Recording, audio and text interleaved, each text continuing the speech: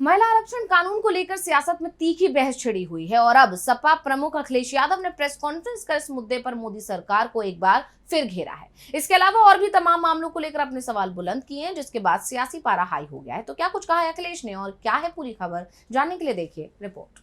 सपा प्रमुख अखिलेश यादव अक्सर कई मुद्दों को लेकर बीजेपी की घेराबंदी करते नजर आते हैं। इसी कड़ी में एक बार फिर उन्होंने तमाम मुद्दों को लेकर सरकार पर निशाना साधा है।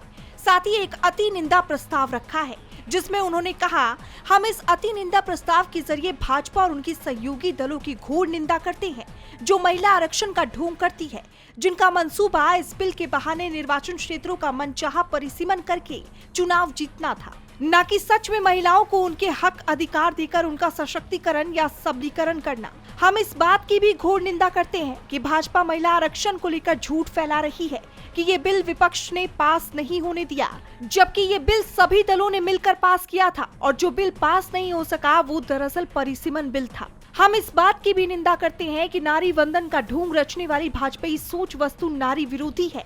वो कभी पहलगाम की विधवा का अपमान करते हैं, कभी हाथरस गाजीपुर की बेटी का या कभी कानपुर की किसी नव विवाहिता का। ये भाजपाई नारी वंदन की जगह उनके क्रंदन का कारण बन रहे हैं। कि जो एक्ट बन गया है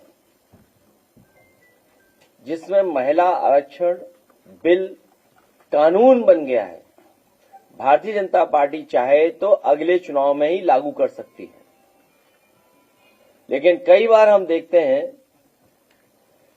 कि लोकतंत्र में जिन्हें सबसे बड़ी भूमिका निभानी है, पता नहीं किस भार की वजह से वो सत्ता का साथ देते हैं। अखिलेश यही नहीं रुके, उन्होंने बंगाल में ममता बनर्जी की जीत का भी दावा किया। बंगाल में आदरणीय दीदी ऐतिहासिक वोटों से जीतने जा रही हैं। बंगाल के लोग पूरा बड़े पैमाने पर मतदान कर रहे हैं दीदी के पक्ष में।